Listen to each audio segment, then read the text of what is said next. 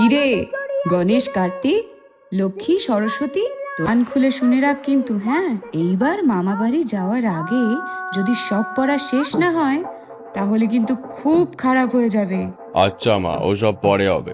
আগে বলো তো এবারে ডেটগুলো কবে কবে? অফিস থেকে ছুটি নিতে হবে যে। ও মা, তুই এখনো ডেট জানিস না?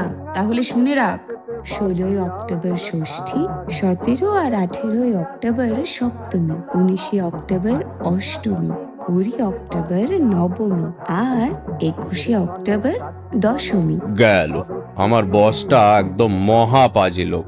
এতদিনের ছুটি চাইলে আবার লেকচার দিতে বসবে। আরে, আমি আসছি বলে কথা, ছুটি না দিয়ে যাবে কোথায়?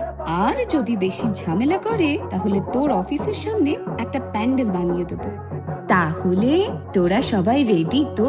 ক্যালেন্ডারে ডেটগুলো কিন্তু মার্ক করে রাখ। আর কমেন্টে বলতো এইবার পুজোতে প্রথম কোন প্যান্ডেলটা দেখতে যাবি।